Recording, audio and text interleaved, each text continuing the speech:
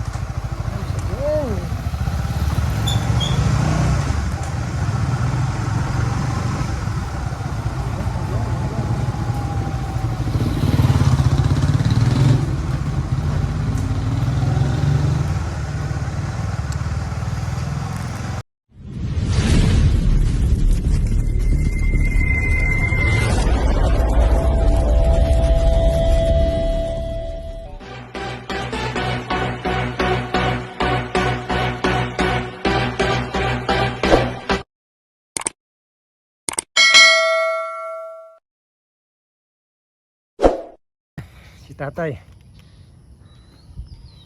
may dalang sagwan. Mukhang yung inyong sagwan ni ano na panahon pa ng tagapon. Wala kami bago na uli. Ito ginagamit. Tsaka malapit lang naman yung ano, konting kabyaw lang eh. Oo. Ito ang ano niya, service. Ayan, ang service ni tatay oh. Tatay, babay na. Thank you. Ingat po. Salamat po.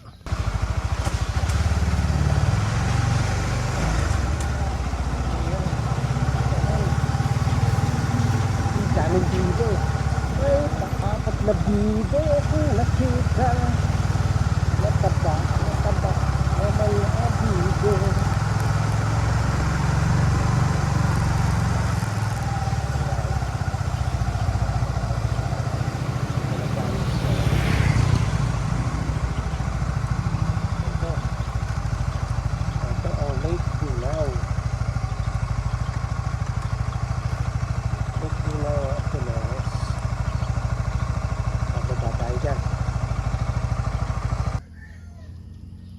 Ito ang paunawa para sa mga mangingisda ng Lake Gunao.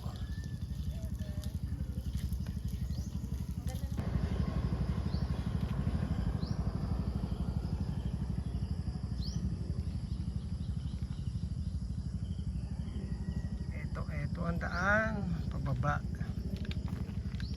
papunta sa Lake Gunao. Watch your step. Slowly, slowly. Dahan-dahan lang, medyo matarik. Matarik.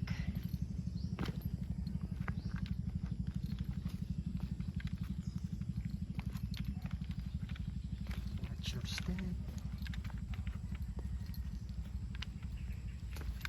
Grabe, tarik mo dito. Bawal dito may nervyos at saka yung may takot sa height, fear of height. Wow, wow, grabe, wow, wow, wow, wow. Step, no, step, yes, step, no, step, yes. Puro step yes dapat. Pag nag-step mo ka, sure doon ka mag-i-step sa baba. Ayan ang lake. Ayan, medyo maraming puno. Daming puno. Ingat lang sa landslide. Yun, oh, may batong ano dun. Ito, dito tayo sa kanan.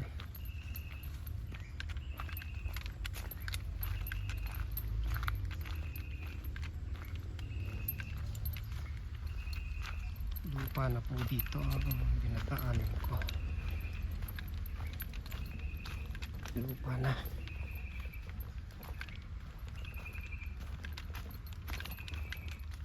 Pero may pakapitan naman, oh. Pakapitan sa puno.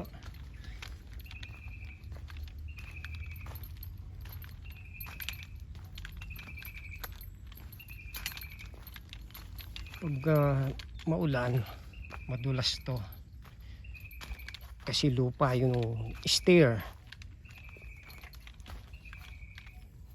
Tapos grabe, tarik.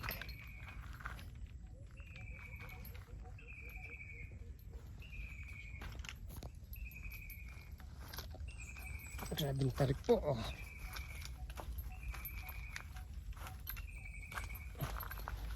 Ito na naman ang adventure. Ipagwis. Pumagaspas pababa.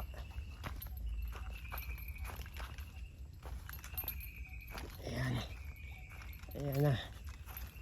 Ayan na ang Lake Gunaw. Look at that fresh water. Malinis.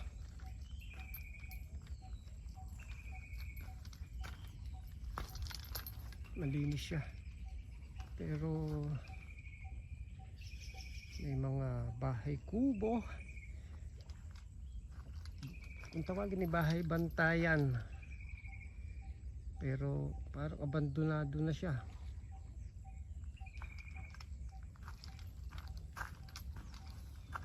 Ito na.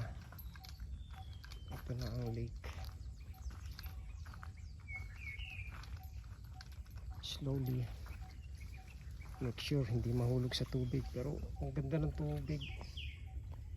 Clear na clear, oh. Linis.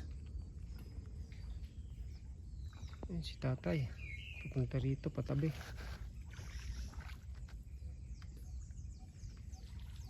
Tatay, ano, nagpakain kayo isda nyo?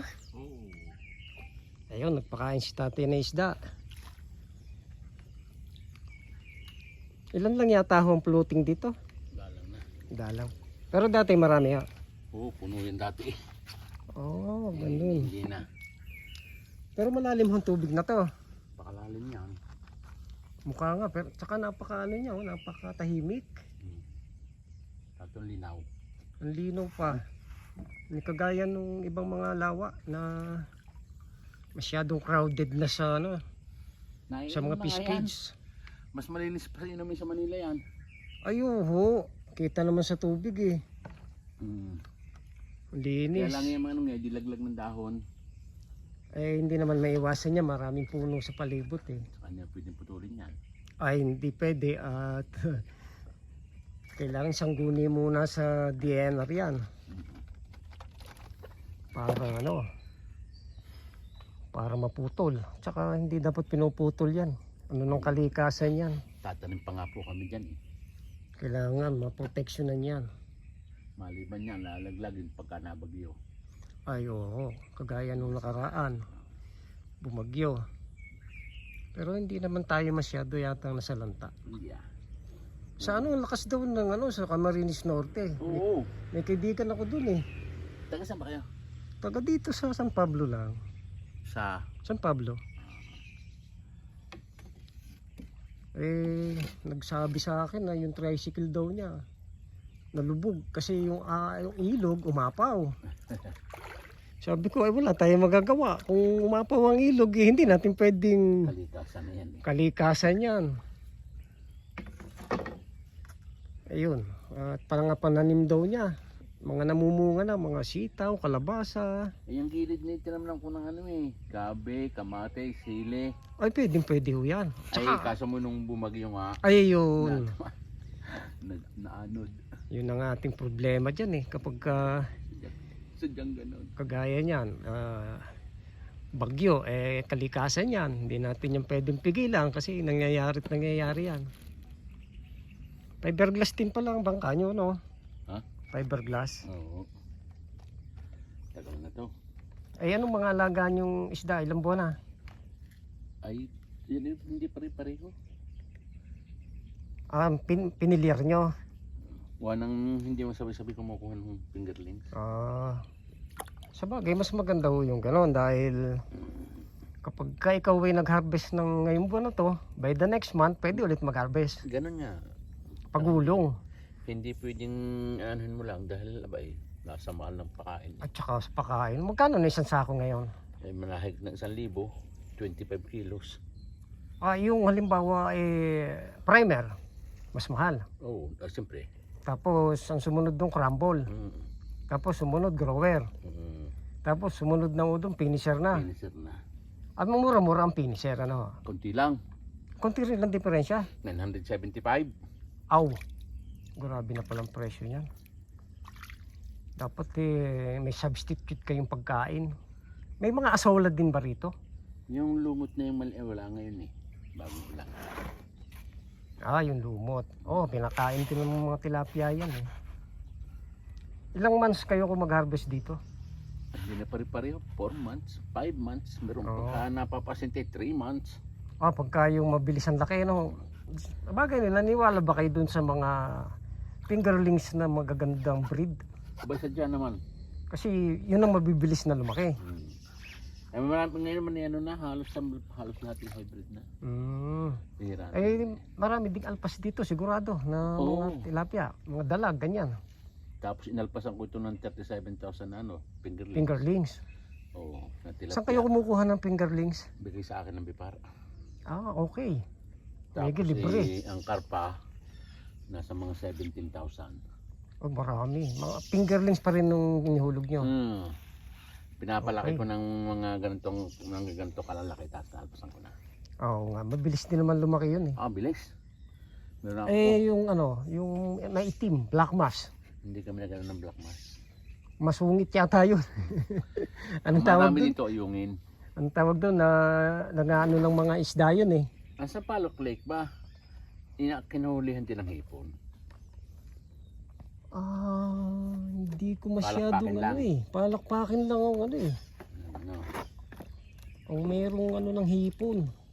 Kaya pag sinabi mong hipong palakpakin ang bilis. Ayungin, marami din sa Sampaloc Lake. Dito mga lumalaki yung mga three fingers, yung mga ayungin dito. Oo. Mahal ang ayungin. Mahal nga ako. Siguro mga 400 per kilo niyan. 300 lang ang bigay ko. Tapos ibebenta yun sa labas. Grabe lang Kalamba presyo. ako nagtanong 600. Ano pangalan niyo tay? Teddy Luzon. Teddy. Si Mang Teddy Luzon. Andito siya sa Lake Gunaw. Tama po. Itong Lake Gunaw ang nandito. Anong nasasakop din ba ito ng Chaong? Hindi. O pure Dolores lang? Oo, Dagatan. Dagatan Dolores, Quezon. Okay. So, ang mga... Monitor ng ng UP Los Baños. Kaya ito nakakasigurado. Mabuti yung may nagmamonitor. Tsaka alam ko ang mga lawa, chinecheck nila yan yung yung Hindi lahat. Yung ng tubig. Sa Linito. May supre din ba rito? Ay bihira. Hindi kagaya sa San Pablo, maraming doon eh. Yung lawa, pagka- volcanic. Oo. Ito may volcanic din. Pero hindi masupre. Ay hindi. Hindi kung tawagin nagtatapang ang tubig. Hindi. Okay. Kasi doon sa San Pablo, nagtatapang ang tubig eh. Marami kasi doon. Ito naman kami ilan na rito. Noong una, nung uti punong-puno. Ilan lang kami ito? 1, 2, 3, 4, 5, 6, 7. Pito na lang kami. Pitong Pito na lang may alaga diyan. Sa tansya nyo, anong lalim nito? Mga ilang May metro? pare-parehas.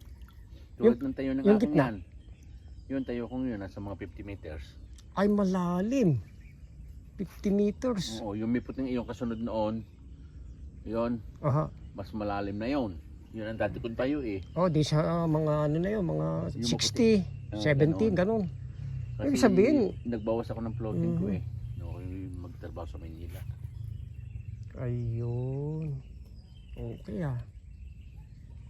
Ito pala talagang mabilis lumaki ang isda dito kasi malalim.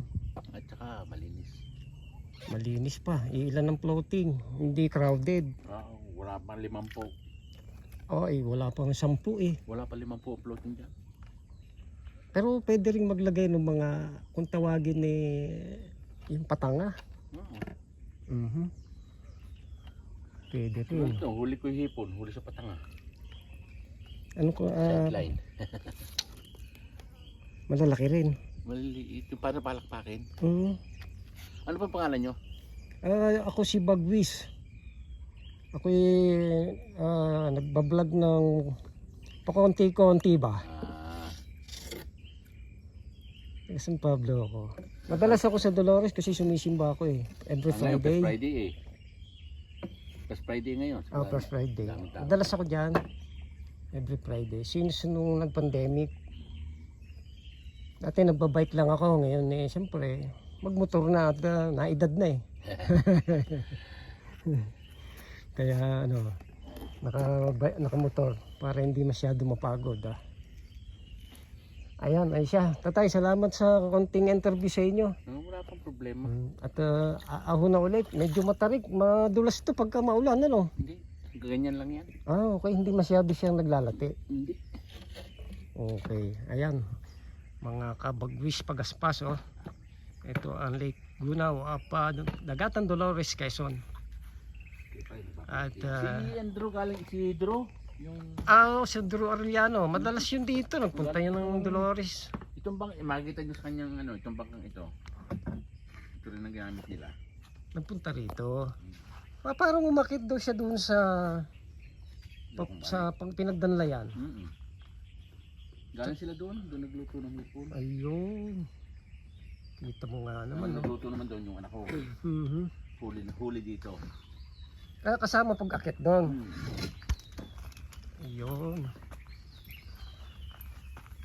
Napakaganda dito. Parang sobrang tahimik. Tahimik dito.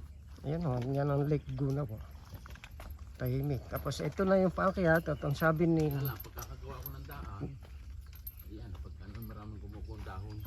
Ay, oo. Pero okay naman kung ito ay hindi madulas. Sana mabigyan ng attention to na ito ay palagyan ng hagdan-hagdan para maging tourist spot din. Ako na ang magpapalagay. Ayan. Semento. Wow. Nice, tatay. Ganda yung iniisip nyo. Hihingi ako sa foundation. Tama ho. Ng budget.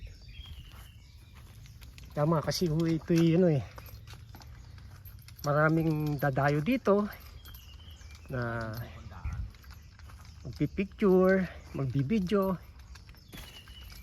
Mga foreigner na bumababa dyan. Madalas ako dumaan dito. Nakabike nga ako minsan. Last year, nagbabike pa ako eh. Kaya lang pumayat ako eh. Kasi siyempre malayo din yung panggagalingan ko. At ito, medyo hinapo ako ng konti paakyat. Si tatay Maning Manila mo. Dahan-dahan lang, tuloy-tuloy.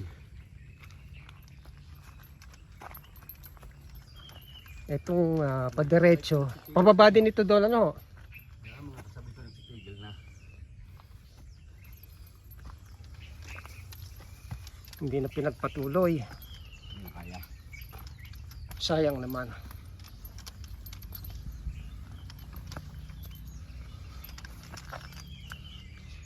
Ayun.